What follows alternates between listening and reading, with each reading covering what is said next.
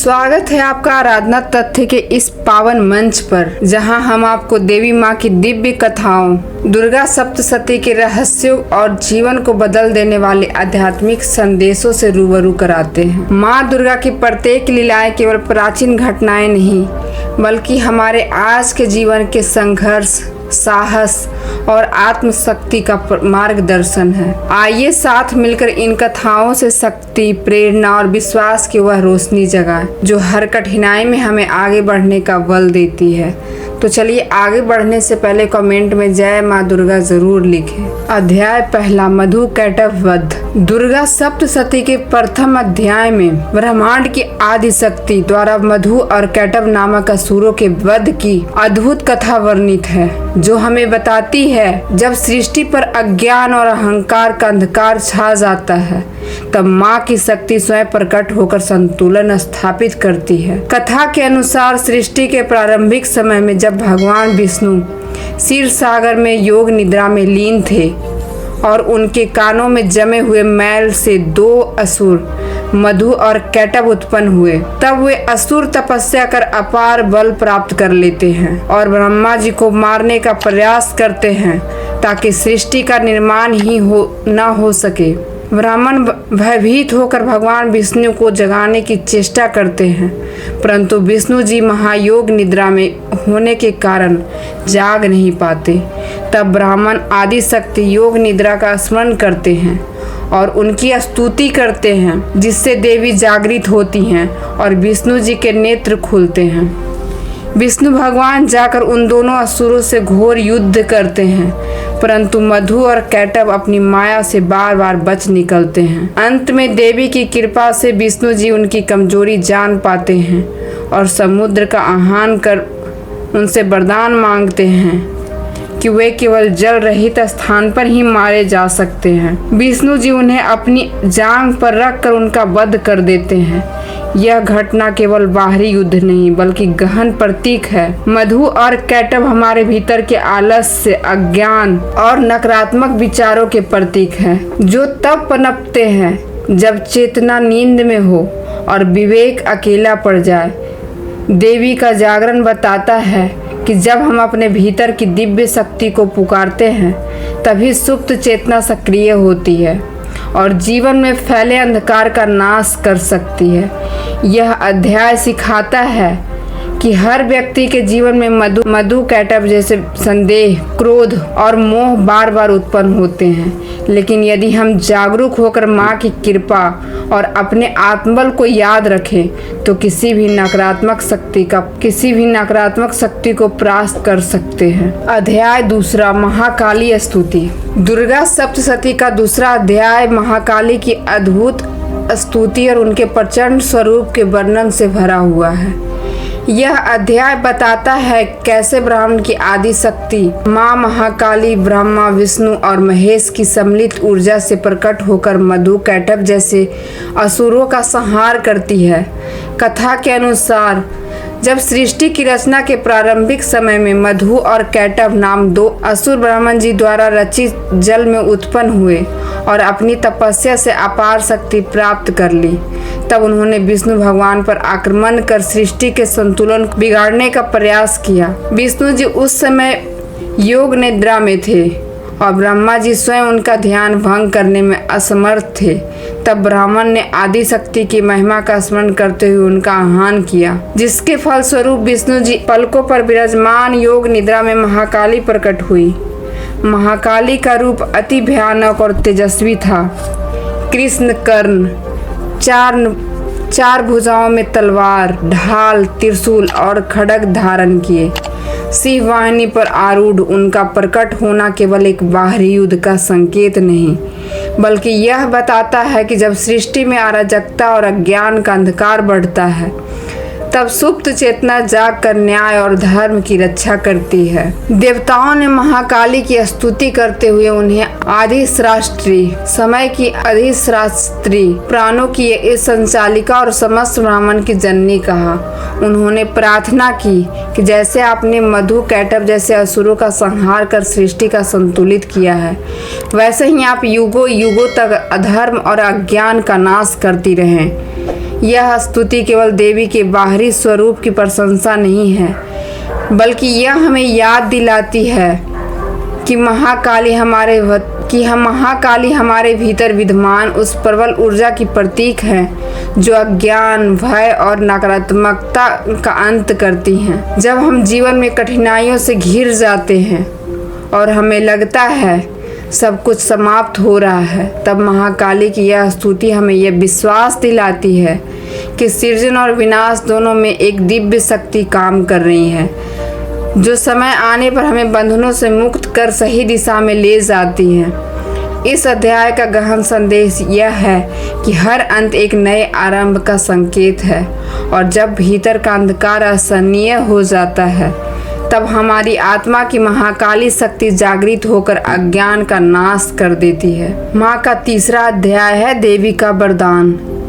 दुर्गा सप्तशती के तीसरे अध्याय में माँ भगवती के वरदान का अत्यंत गूढ़ और प्रेरणादायक प्रसंग वर्णित है, जो केवल देवताओं को ही नहीं बल्कि संपूर्ण मानवता को आश्वासन देने वाला है। जब देवी ने महाकाली रूप धारण कर मधु, कैटभ जैसे असुरों का संहार कर ब्रह्मा, विष्णु और महेश सहित समस्त देवताओं को उनके भय से मुक्त किया, तब प्रसन्न होकर सभी देवताओं ने देवी की महिमा का स्तवन किया। उन्होंने आदि शक्ति को प्रणाम करते हुए निवेदन किया कि जैसे आपने हमें इस बार बचाया है, वैसे ही युग युगांत तक जब भी धर्म पर संकट आए, आप सदैव हमारी रक्षा करें। इस पर माँ भगवती ने वरदान देते हुए कहा कि जब जब संसार में अन्याय, अधर्म और दुष्ट शक्तियाँ बढ़ेगी, जब मनुष्य अपनी मर्यादाओं को भूलकर संतुलन बिगाड़ेगा, तब तब मैं विभिन्न रूपों में अवतरित होकर धर्म की रक्षा और दुष्टों का नाश करूंगी। उन्होंने यह भी कहा कि मेरा स्मरण करने वाला कोई भी प्राणी भय, रोग, दरिद्रता और पाप के प्रभाव से मुक्त होगा, और संकट के समय मेरे नाम का जाप करने पर उसे अदृश्य शक्ति और साहस की प्राप्ति होगी। यह वरदान केवल भविष्यवाणी नहीं बल्कि यह गहन आध्यात्मिक संदेश है। इसका अर्थ है कि माँ दुर्गा कोई बाहरी शक्ति मात्र नहीं है, बल्कि हमारे भीतर विद्यमान वह असीम चेतना है जो हमें कठिनाइयों से लड़ने का साहस देती है। जब हम सच्चे मन से उनका स्मरण करते हैं, तो हम अपनी आत्मा की सुप्त शक्ति को जागृत करते हैं। देवी का यह वचन हमें यह विश्वास दिलाता है कि जीवन के सबसे अंधकारमय क्षणों में भी हम अकेले नहीं हैं। एक दिव्य ऊर्जा हर समय हमारे साथ है, जो हमें सुरक्षा, प्रेरणा और विजय का संकल्प देती है। इस अध्याय का संदेश है कि श्रद्धा और संकल्प से जागृत की गई आंतरिक शक्ति हर संकट को परास्त कर सकती है, चाहे वह बाहरी युद्ध हो या हमारे मन के भीतर चल रहा भय और नकारात्मकता का संघर्ष। चौथा अध्याय है महिषासुर का अत्याचार। दुर्गा सप्तशती के चौथे अध्याय में महिषासुर के बढ़ते हुए अत्याचार और अहंकार को विस्तार पूर्वक वर्णन किया गया है।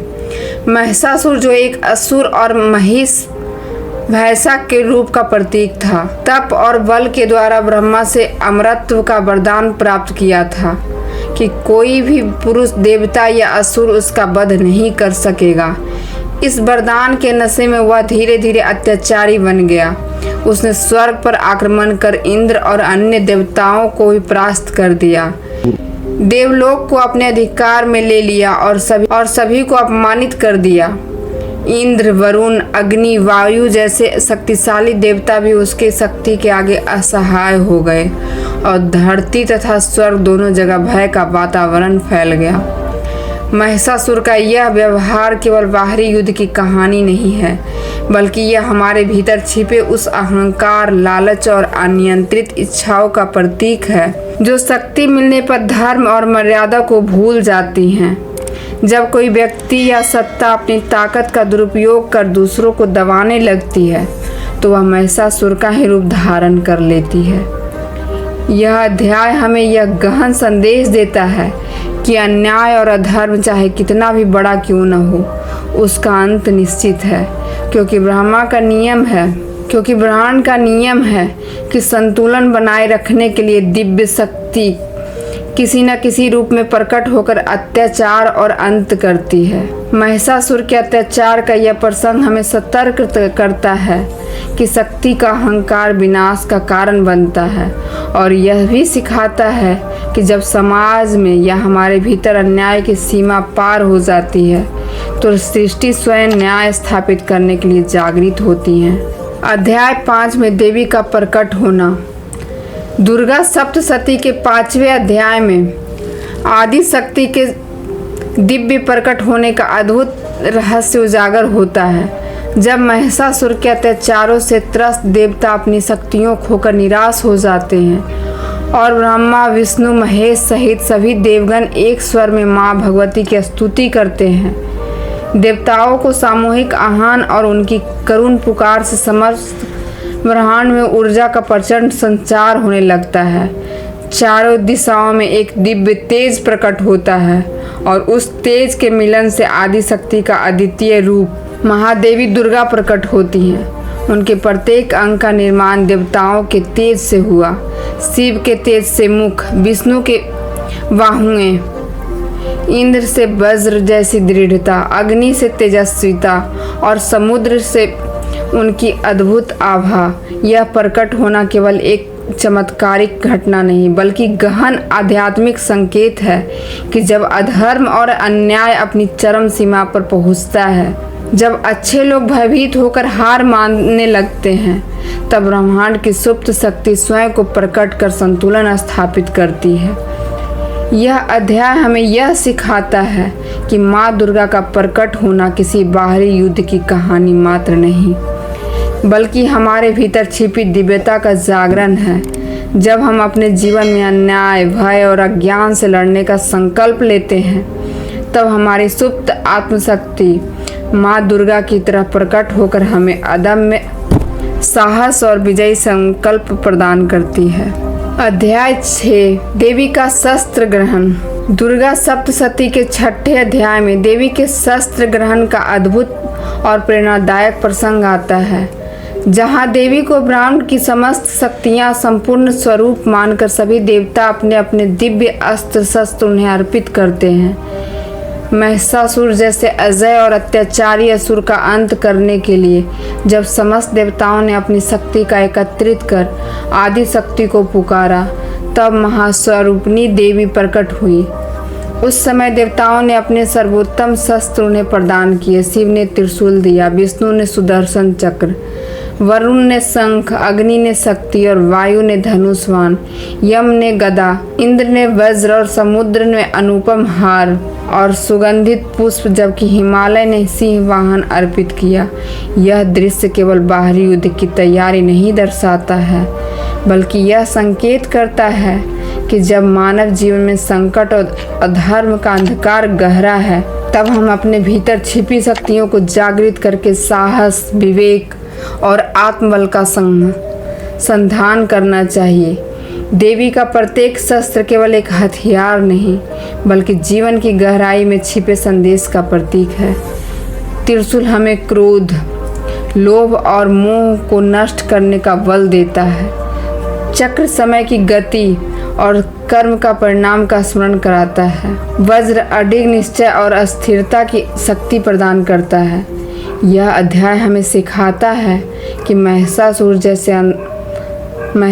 जैसे अहंकार और अन्याय का सामना केवल तभी संभव है जब हम अपनी दिव्य शक्तियों को पहचान कर उन्हें एकजुट करें, क्योंकि माँ दुर्गा का अस्त्र ग्रहण इस सत्य का प्रतीक है कि जब हम अपने भीतर छिपी आध्यात्मिक ऊर्जा को जागृत करते हैं, तब कोई भी विपत्ति, चाहे वह कितनी भी प्रचंड क्यों न हो, हमारे संकल्प और साहस को पराजित नहीं कर सकती। अध्याय 7 महिषासुर के युद्ध। महिषासुर से युद्ध।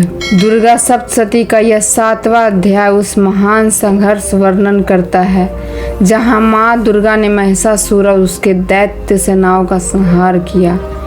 यह अध्याय न केवल एक ऐतिहासिक युद्ध की कथा है बल्कि जीवन और आत्मा के भीतर चल रहे संघर्ष का प्रतीक भी है। महिषासुर जो अहंकार, मोह, क्रूरता और अन्याय का प्रतीक है, ब्राह्मण में अपनी शक्ति का दंभ फैला रखा था।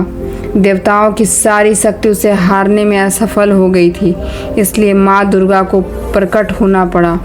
उनके पास सभी दिव्य अस्त्र थे, त्रिशूल, चक्र, धनुष, बाण, गदा और अग्नि के अस्त्र, जो केवल बाहरी लड़ाई के लिए नहीं बल्कि आंतरिक संतुलन, विवेक और साहस के प्रतीक थे। युद्ध प्रारंभ होते ही महिषासुर अपने भय स्वरूप में अपने दैत्य सेना के साथ प्रचंड गति से देवी पर टूट पड़ा। लेकिन देवी का रूप इतना तेजस्वी और दिव्य था कि प्रत्येक हमला उनके हाथों में पकड़े गए अस्त्र से नष्ट हो जाता। यह युद्ध कई दिनों तक चला, जिसमें देवी ने केवल शक्ति का प्रदर्शन नहीं किया बल्कि अपनी करुणा, धैर्य और न्याय के मार्ग का पालन करते हुए हर चाल और हर हमला सही समय पर किया। महिषासुर अपनी शक्ति और अहंकार पर इतना गर्व कर रहा था कि उसने स्त्री को भी कभी चुनौती देने का योग्य नहीं समझा। यही उसकी सबसे बड़ी भूल साबित हुई। अंततः देवी ने अपनी पूरी सामूहिक शक्ति सभी देवताओं द्वारा अर्पित अस्त्रों के साथ महिषासुर का संहार कर दिया। यह दर्शाता है कि चाहे संकट कितना भी बड़ा क्यों न हो, जब हम अंदर से जागृत, पूर्ण शक्ति और विवेक के साथ खड़े होते हैं तो कोई भी दुष्ट ताकत हमें हरा नहीं सकती। युद्ध के इस प्रसंग का गूढ़ संदेश यह है कि हमारे भीतर के महिषासुर अहंकार, क्रोध, लोभ और मोह को केवल हमारी जागरूक शक्ति, निर्णय, धैर्य और आत्मबल से हराया जा सकता है। माँ दुर्गा को भी यह विजय सिर्फ बाहरी युद्ध नहीं बल्कि आंतरिक अधर्म और नकारात्मक प्रवृत्तियों पर विजय का प्रतीक है, जो हर व्यक्ति के जीवन में संकट और चुनौतियों के समय लागू होती है। इस अध्याय का अंतिम संदेश यह है कि जब मनुष्य अपनी आंतरिक शक्ति को पहचानता है और उसे जागृत कर सही दिशा में लगाता है तो जीवन के किसी भी महिषासुर को हराया जा सकता है और धर्म, न्याय और संतुलन की स्थापना संभव है। आपने सुना दुर्गा सप्तशती के पहले से लेकर 7वें अध्याय तक। अब अगली कड़ी में हम लाएंगे 8वां अध्याय, महिषासुर वध का अद्भुत कथा। तो जुड़े रहिए हमारे साथ और सुनिए अगला अध्याय सिर्फ आराधना तथ्य पर। जय माता दी।